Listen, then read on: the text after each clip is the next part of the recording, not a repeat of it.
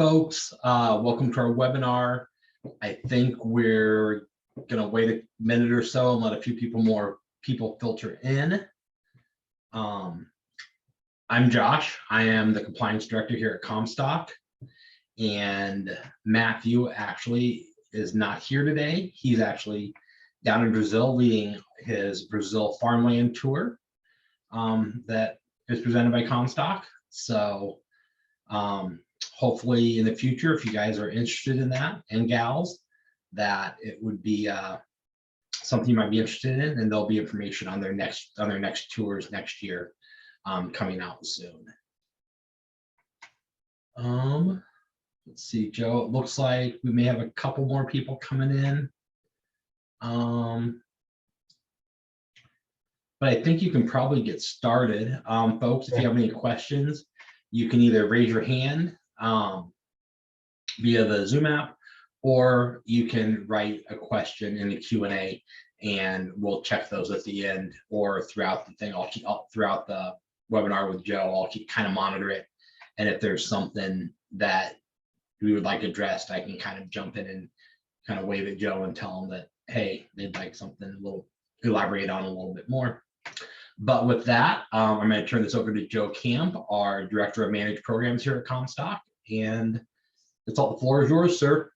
Thanks a lot, Josh. I appreciate it. It's helped setting it up. And I've got even the next slide for you. Of course, you're the compliance manager, and we've got to show our disclaimer each presentation. At Comstock, most viewers would be well familiar with us, and I appreciate everyone's business, whether they're on the brokerage list or a subscriber of the report. But we are a brokerage firm, so we do put up the disclaimer. We talk about futures trading being risky, and we also do that because we do want to be able to give out recommendations and tell you what we think we should be doing in this market. And so there will be some of that. We'll wrap up the presentation with a look at our current recommendations and a bit of a discussion about different strategy that we might be able to look into here for marketing grain and livestock in the year ahead, the new year of 2023. We're going to have a couple of things to focus on here in this next several minutes, and to talk about price targets. Again, we're going to wrap up with some ideas about where the grains could be headed and what to do about it. The market fundamentals are important, of course. We're going to talk about the outside markets and eventually recommendations. We get here on the right page. I've got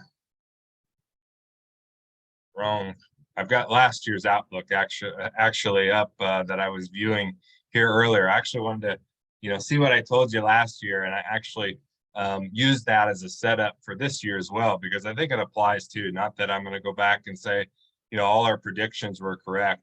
In fact, when we wrapped up this presentation from last year, we were talking a lot more about actually taking advantage of the current strength in the market and making sales. And that was before the market would go on to rally sharply, several dollars for corn, more for soybeans. We see that there's still that potential, but at the same time, we're recommending a similar type of defensive posturing, at least at the moment. And we're going to talk about maybe how to utilize options and what we could do going forward to manage overall this risk of, elevated volatility, but also within the potential still for higher prices. So I don't want to talk out of both sides of my mouth here, but when we think about some of the ability to hedge our risk, and we think about the different sources of risk that are in this market, whether it's China or the global economy as a whole, whether it's the USDA and these reports like we got yesterday, all of that's coming into the mix and has the potential to continue to gyrate these grain futures at larger levels than we've seen in the past. And for that reason, we're talking about different types of recommendations that can help you put in minimum price floors, for example, but still leave upside open for what I would think can be a bullish trend higher yet into the spring and summertime. We'll talk about that seasonal strength being something we can use. But again, the elevated volatility, I think that fits along with this picture I like to show, where you have snow falling and all of a sudden it catches on as some big worry. It reminds me sort of the idea that it's raining in Chicago and that the speculators are really quick to jump on whatever the latest news, whether it might not be, impactful for the overall fundamentals or not. And that's what we've been seeing a lot of lately: news items, outside market influences, and a lot of extra stuff to inject some back and forth into this market that we've been dealing with here. Last year, again, a year ago, when we were given this presentation, though, it felt like we could be bullish heading into the spring, that we had tight supplies, just confirmed by the January crop report, and that barring anything major to change with our relationship to China and what was going on with the war in Ukraine, we still stood to collect good business. And this year feels really similar, that there are open questions regarding China and what's going on in the Black Sea. Still, as always, looking and seeing what's going down there in South America, Brazil and Argentina. We'll catch up on that. As Josh mentioned, Matthew's in Brazil, but we have heard from him and have a couple of reports that we can share in terms of current conditions and how it might be similar but also different than a year ago.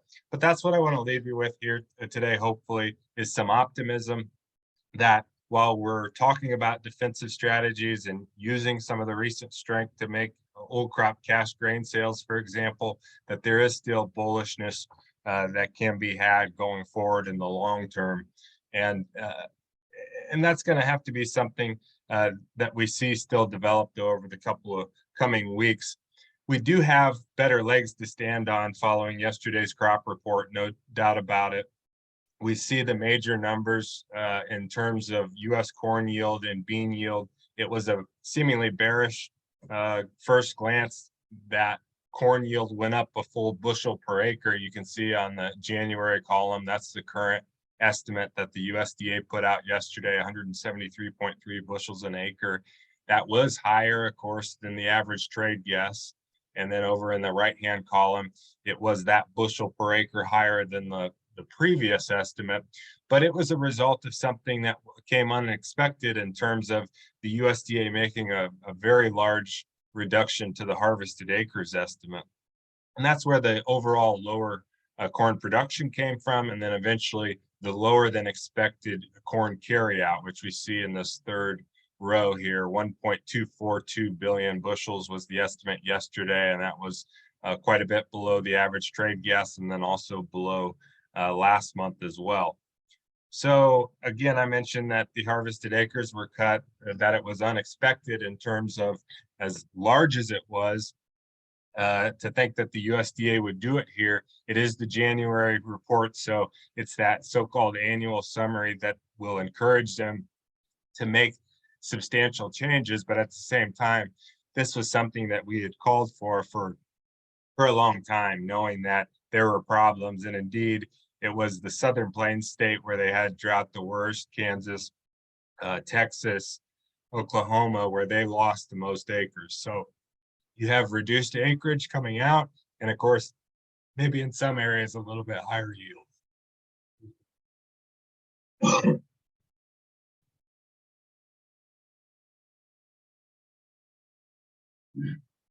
It was a similar outcome for soybean for the changes there, where bean yield came down actually, and by quite a bit, but it was the reduction in harvested acreage that really helped lop off quite a bit of the overall production total.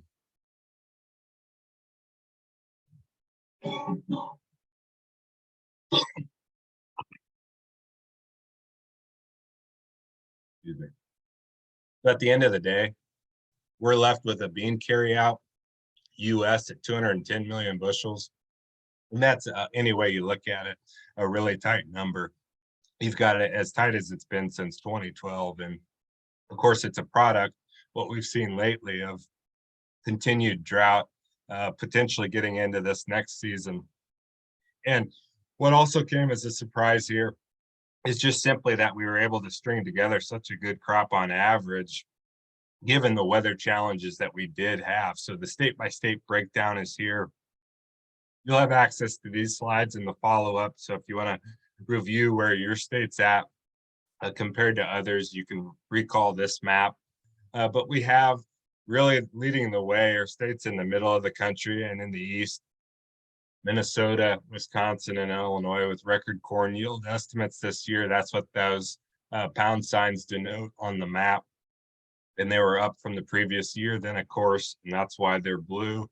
All the other states in red were down on the year. And again, something that made it difficult to think we could achieve the 173.3. And maybe we didn't, of course, whether or not the USDA estimates are correct. That's what we're going to trade with, at least going forward for a while now. And I bring this map though up as well because we look at the regional differences in terms of weather pattern, and we can look at, as we will, conditions for the drought monitor, and it's still set up similar to this, where you have these deep red states in the southern plains, like on soybeans, really suffering relative to last year. If you see this in Texas, there was a big cut here yesterday to the yield, and their soybean yield was finishing last year at only 20 bushels per acre, 17 in Oklahoma.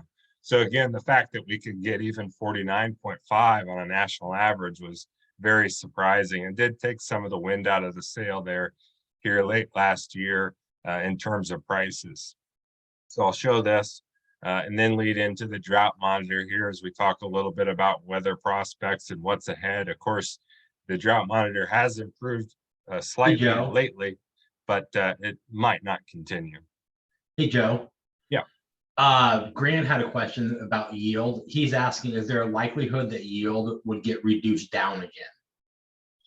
The yield, if it gets reduced down again, would not come until potentially September of this year, or even the following January, a whole year from now, because this is what the USDA terms their quote unquote annual summary. They're more or less final estimates until they move on, and then for some reason would have to say that stocks indicated that last year's crop was lighter than they anticipated. And that could be possible, and it might be warranted. And again, I've had a hard time personally believing that the national averages were up here where the USDA has them pegged, even in states like where I'm sitting right now, Illinois, to think that we had a best ever corn crop, given some of the regional variability, and then comparing that with about 6 years ago when we did have our record crop, it was hard to see that. But again, what we're working with in terms of the trade, and so short answer is no, we're not likely to see these yields change, not anytime soon, and not soon enough, I would say, to help the market any more than what already was, that boost from yesterday in terms of the reduction that came more from the harvested acres. The frustrating part, of course, is that we wonder if the higher corn yield, for example, is just a product of the USDA wanting to keep their final ending stocks at a certain level, and that they use their preferred national level then to back in right to certain states, which is why we can sometimes see things that don't make sense. Again, in my mind, USDA analysts, they do have a lot of discretion in these yield numbers, and that might what we're seeing this year. Again, a market though that has to trade now these new yields that we have, and if anything, transition the focus in a bigger way towards, well, what would the yield potential now be for next season? The drought monitor here, plays into that. Obviously, like I talked about, some improvement. Looking over the long-term weather outlook, all of it has to do with what's going on in La Nina right now and its potential exit. It's been with us for 3 years in a row. It's been to blame for this dry, dark red area of the southern plains. You have a repositioning of the jet stream when La Nina is placed, and that blocks weather patterns from penetrating into this southwest region. And that could shift. Indeed, meteorologists actually thinking that La Nina will be out in a couple of months and that El Nino could follow. El Nino normally means we're going to have this south and western US region flipped towards a wetter than normal pattern, but it's the opposite. Then it pushes that dry weather into the Midwest potentially, and that can be an overall bigger threat to row crop production than La Nina was. So we'll see how that unfolds. The other thing, of course, that La Nina / El Nino is going to have to say is in a big way what happens in South America. So as mentioned, Matthew Cruz, our president, he's down in Brazil right now and can report on generally favorable weather conditions. In fact, some of the latest updates he's had have chronicled wetter than necessary conditions, some light localized flooding in areas. So we see that in Brazil, where the bulk of these green dots where moisture is above normal here for the past month. This is South American precipitation anomalies. That contrasts with down south here in the red and the yellow, where Argentina is in basically a record drought. Argentina just came off their hottest December on record here last month, and conditions are dire. We saw that in the crop report, which we'll recap here. It's not necessarily like a year ago, though, and this is key, something that we get from Matthew, the fact that the Argentine drought is not creeping as much into Brazil as it did a year ago, when at this time we were starting to get more concern, and then in the months ahead, eventually even there was bigger demand clearly that came from the concern about Brazil's crop, like for example, China buying US corn, more US soybeans because of the general nervousness about what was going on there. And in fact, Brazil did face further cuts because they got finished with their soybean season, which is about to come to harvest here in a few short weeks, and then planted that second safrinha crop of corn. And that's when it turned dry. This dryness here in Argentina spread northward. Whether or not that happens again this year could still affect that second crop of corn. The safrinha crop usually accounts for up to 70%, potentially more if conditions are favorable, of the country's total corn crop. So it's very important what happens from here on out. On the soybeans, on the other hand, that crop's largely made at this point if they can get to harvest without any major flooding problems, or if drought would turn on today, then it could spell trouble at the tail end. But for now, they've got that record potential and a big soybean crop to compete with the US. So that's the one major difference this year that we're seeing.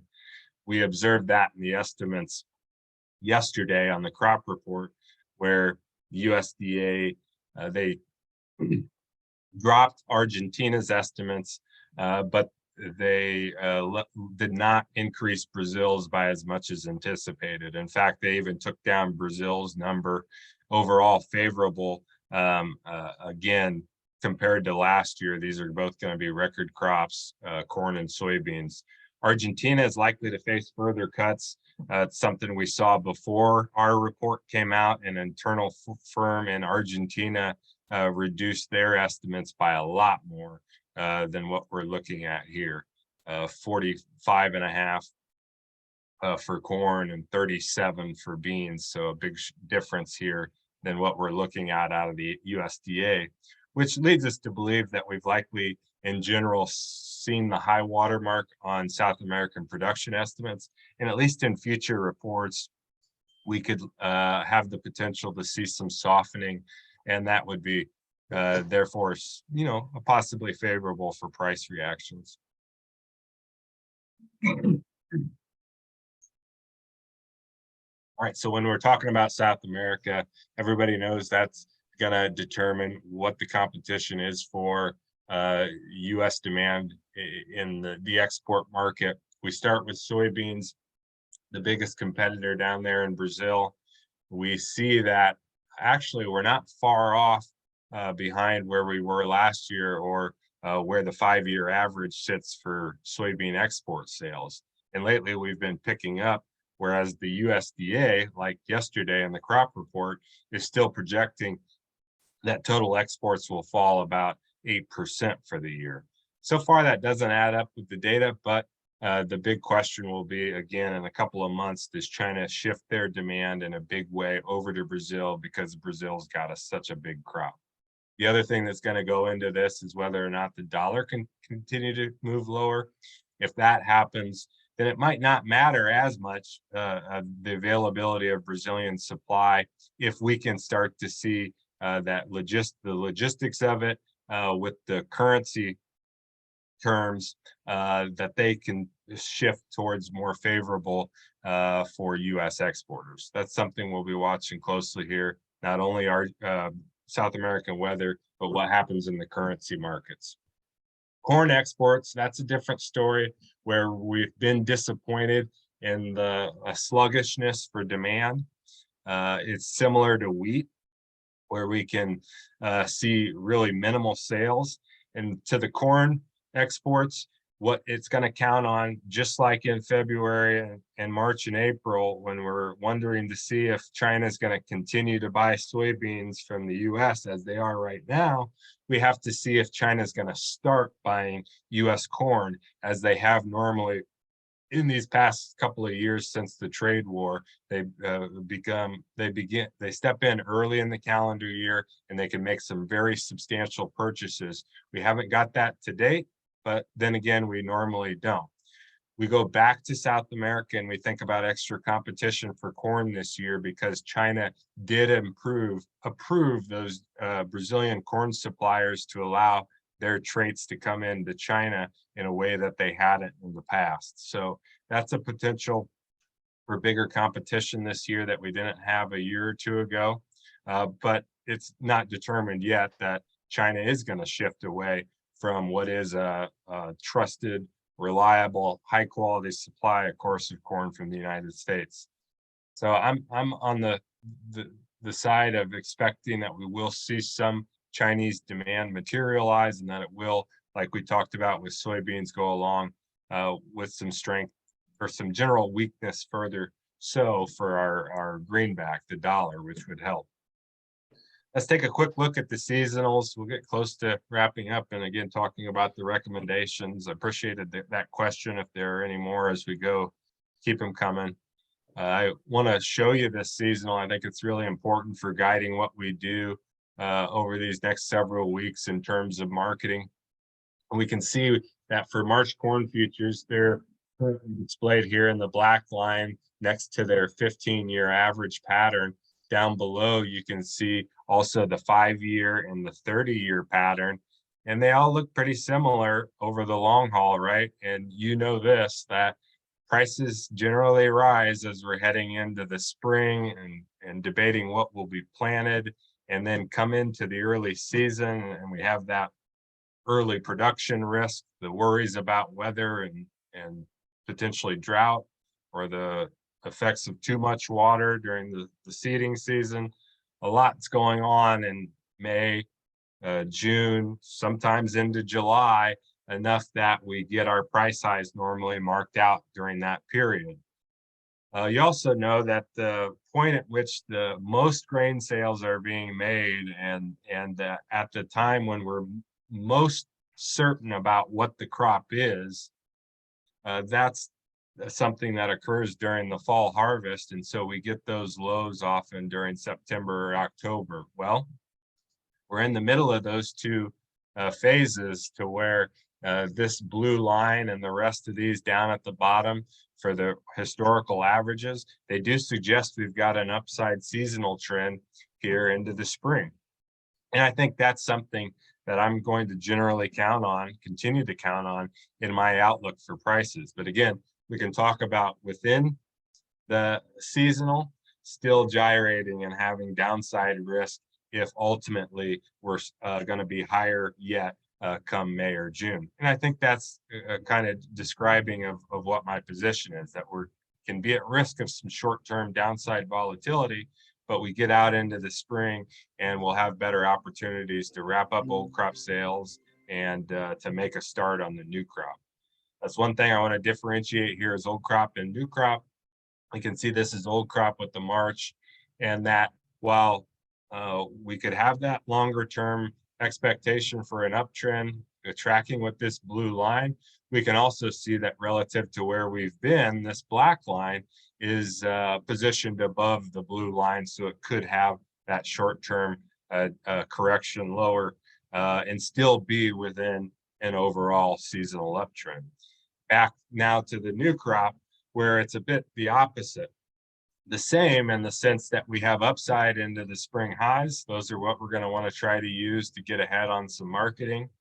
But in the meantime, we don't want to be too aggressively defensive on the new crop. Again, new crop relative to old crop, we see this black line relatively positioned much weaker to the historical seasonal than was that March contract. Overall, we see all of the premium is still built into the old crop contracts. The basis is generally firmer, and the board has an inversion in it, higher March prices than December prices, right? And for that reason, part that reason, well, we want to be patient on these new crop sales. So even if we're talking about being defensive or rewarding the rally, that's old crop. We're going to want to market into this old crop premium before we're selling at selling a discounted new crop. We're generally, again, going to wait, thinking that the remainder of the old crop can come up into the spring, and then that'll be the chance to finish sales and then start on new crop hedging. This is the soybean seasonal. It's very similar to the corn. We know we can ramp up higher here into the early part of the year. Feel like we're out of soybeans when we come into the spring, and that they're really tightly held by farmers, and that can be bullish for price leading into the planting season and the early growing season. So we've still got upside hope for soybeans as well, even with cash recommendations, taking us to nearly already 100% sold on the old crop, still long the new crop, and thinking that we could run into chances for reownership as well in terms of reinstalling some upside on the old crop. The seasonals are important for livestock too. This is going to be mostly a grain outlook, but I want to invite individual conversations on the livestock here and follow up with this. I do want to point out this live cattle chart and say that it kind of is the flip, and we could see why that might be, but there is seasonally the opposite effect of what we're expecting in the corn market. And that's that we could still have some upside here following through on what were recently notched in terms of new contract highs for cattle futures. But into the spring, the trend is usually defensive or lower. You can see that with the blue line, the 15-year average, and then again down at the bottom are the 5 and 30-year patterns. And I think what this is just going to say in general is that we're going to want to be close to utilizing maybe some short hedging type strategies for cattle out into the spring and summer, just because these are generally good values. And that takes advantage of the recent strength that is absolutely warranted in our mind. The fact that we are up at these levels and that we could go a little bit higher yet still is definitely justified given the fundamentals of tightening that we've observed. The USDA still has beef production declining sharply into the second quarter of this calendar year. And for that reason, we're saying, okay, 2+ years of a super heavy cow call and general herd contraction. Numbers are short. Production is going to be down at a time when demand is overall very firm, and that can support prices. But as you know, markets often turn before the fundamentals flesh themselves out. And so we think we're going to want to get ahead of the actual bottoming of supply that comes later this year and take advantage of some of these higher cattle prices. again, not high enough. We know for producers when we look at where the corn market's been and where it could still go. But in terms of locking in some of the premiums into deferred futures, putting on option hedges, and again, if after we see still some strength yet, taking advantage of that, that's what we're discussing at this point for the cattle. Again, I want to hear some opinions on that and a little bit more about your individual situation, which of course is obviously crucial when we're talking about livestock.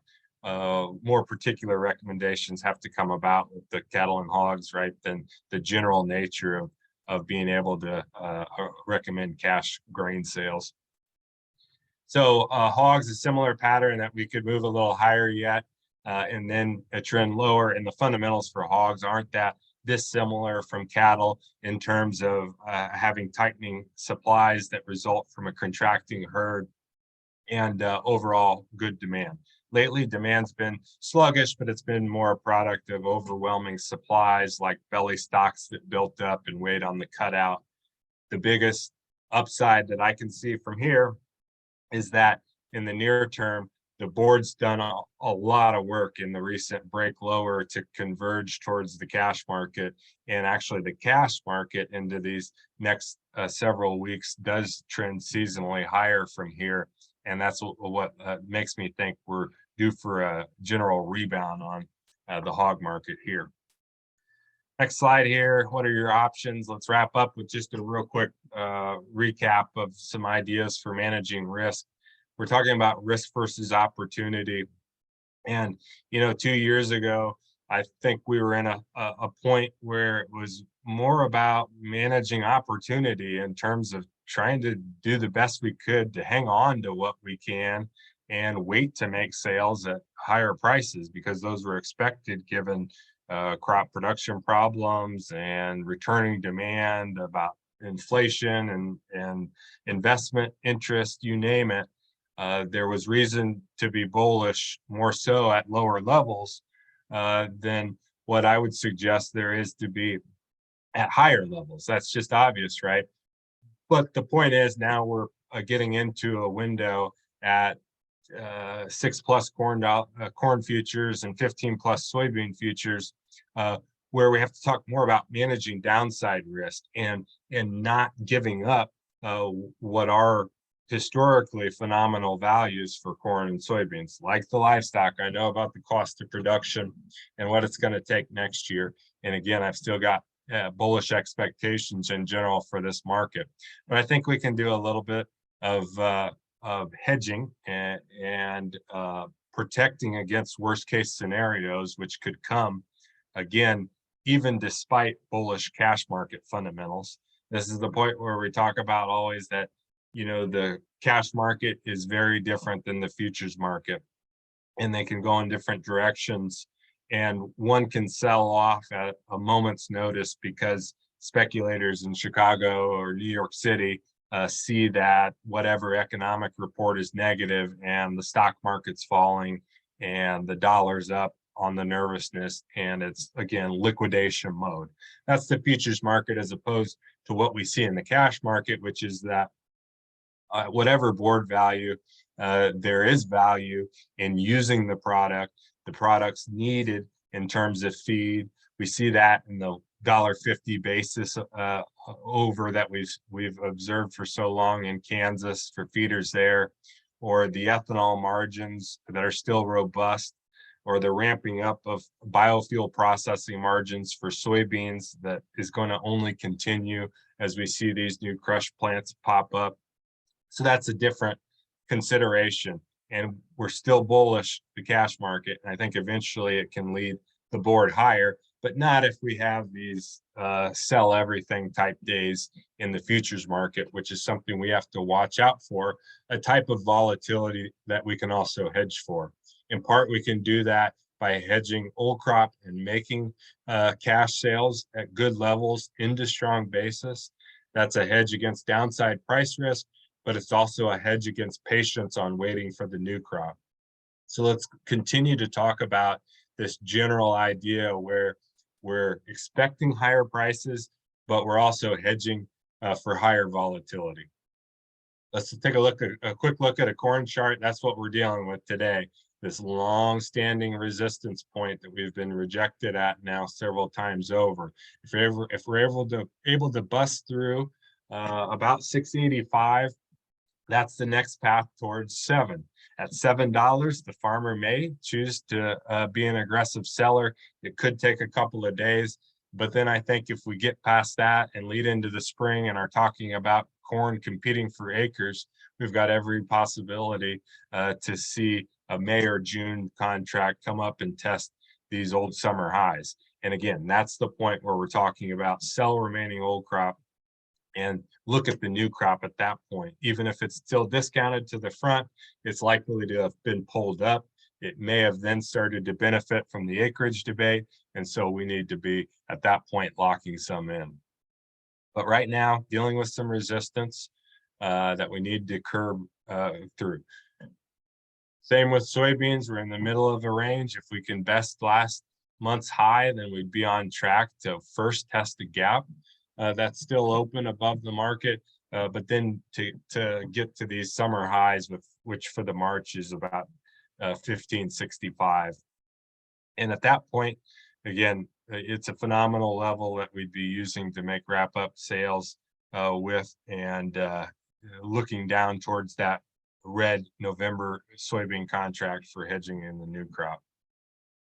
Wheat's the ugly chart. It's got that similar to corn, a long-standing downward resistance line here, but it's closer to the lows, and that's why corn continues to, in a way, be caught between stronger soybeans and weaker wheat. There's been a lot of spreading between these three lately, and we need to finally see wheat perk up, in my opinion, if we are going to be able to break out and move to those summer highs for corn. I do think we can see wheat recover though from here, and the reason being is in part, unfortunately, because of what's going on around the world, still up against the war in Ukraine. Here in just a few months, a deadline for renewal of that grain export deal. We have the dry southern plains and the impact on this year's winter wheat crop, even if it was bigger than expected in terms of planted acres, like we learned yesterday. There's absolutely the risk of yield and quality already this season. So not a big bear from here on the wheat market, and I think that can support the corn generally going forward. These are the recos that we have in the report, Comstock report, talking about being 75 to 100% priced on corn. It's that range because it's either 100% or having that 0.25% hedged with put options.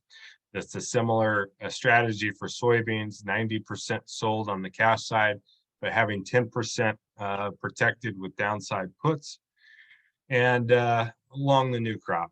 So again, something where we're saying we've got short-term volatility, risk of whatever happening in the futures market, consider put options and put spreads to take protection against any near-term downside, but then think that the remaining bushels that you still have on farm or at the elevator can be worth more come May or June. And that's the point we're looking for, maybe potentially at or near summer highs to allow the rest of these old crop sales and a first effort on 2023.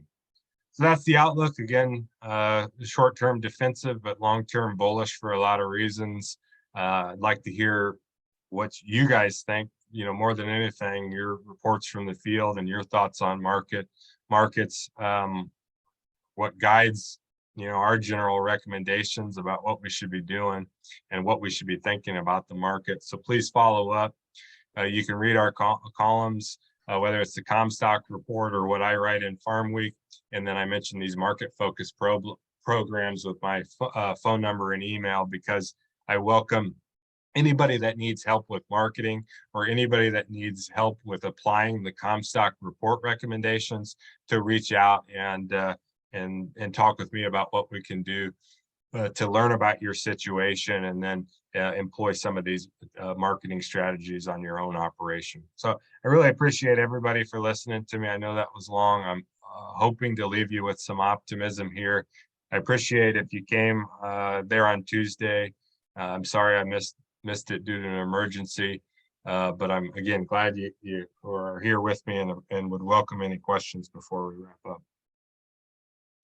So yeah, folks, if you guys have some questions or anything you want Joe to address or expand on a little bit more, feel free to type it in the Q&A box. And also, Joe, thank you so much for your insight. I think you gave us a lot of really good information on your take on the markets and what you foresee coming and what kind of is affecting those types of things. And we'll wait here a little bit and see if somebody has anything. Yeah, I Somebody appreciate has it. somebody has their hand up, and let me figure out who that is. Okay, it looks like Rosali. I've given you the chance to talk if you'd like to ask your question. See if we can. Okay, well, Grant just typed in a question. With prices down from where they were and the stock market still bad, I'm surprised that more fund money hasn't come into commodities. Yeah, that's an interesting observation that if the stock market is going to remain under pressure, will there be some money rotating into commodities? It's hard to say. You know, in the past, we thought of commodities as a hedge against stock market weakness, but we've also thought about commodities as a hedge against inflation, and lately that's been questioned. I think at the end of the day, they've been linked here in going in similar directions because of commodity price inflation having been such a worry for stock market investors because of what they know it means for the Federal Reserve's heavy-handed action on interest rates, right? It's in the CPI report like we got this week, in every inflation measure that the Federal Reserve is watching, you have commodities that make up that price inflation, right? If corn is higher, if cotton and clothing is up, that's what worried the Fed so much that they came out and raised interest rates by 4.5% here this year. So there's more to come of that. The next central bank meeting will be ending on February 1st to produce the next rate hike.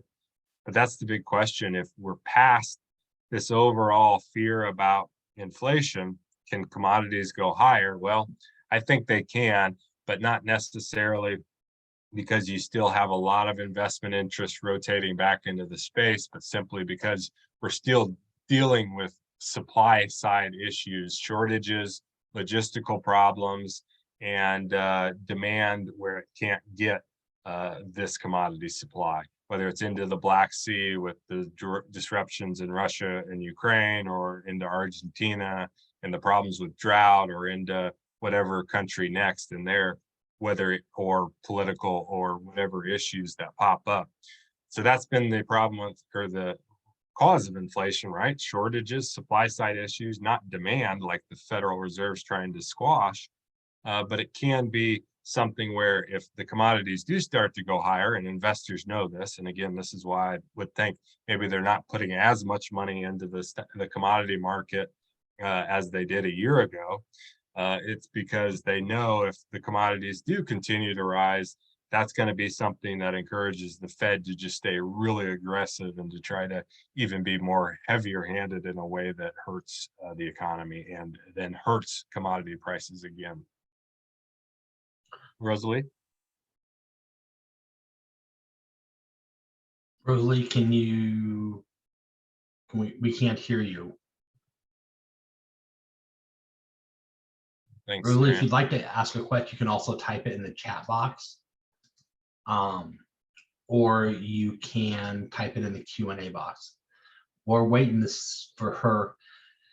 Joe, what are you thinking about farmland prices? We're seeing here in the media that, Bill Gates, we all know, has been buying a lot of farmland. Mm-hmm. And more recently, there's been that co-op, I don't know if you saw it in Illinois, but of like Blake Griffin and several other professional athletes, this little kind of high profile of buying farmland as an investment.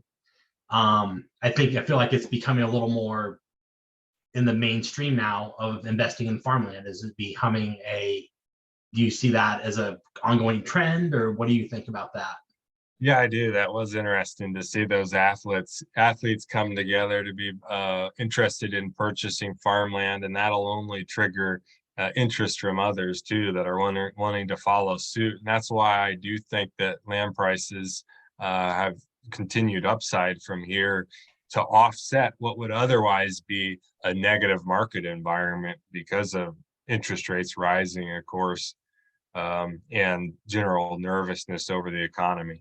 You get to a point, like Grant asked, and if the expectations for the stock market are weak, and if there's worry about commodities, they're not quite as hot as they were a year ago in terms of being an inflation or even a stock market hedge like we talked about, you're still looking for assets that are going to return over the long haul and looking for places to park money. And I think farmland continues to be that attractive avenue. So yeah, I mean, I think we're going to continue to see record prices hit again in 2023, even if there's a general softness out there for the economy caused by these higher interest rates and the potential for a recession to develop.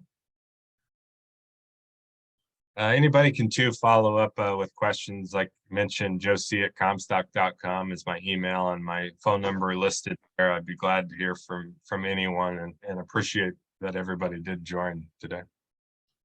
All right, thank you everyone that has been listening, and we do have another webinar coming up next week. And if you're in the Comstock report, we'll put a link in that for you, or you can just call into the office or email any of us and we can get you signed up for that. And we'll be sending this recording out to you all later on this afternoon. So thanks, Joe, and thank you everyone for attending. Thanks a lot.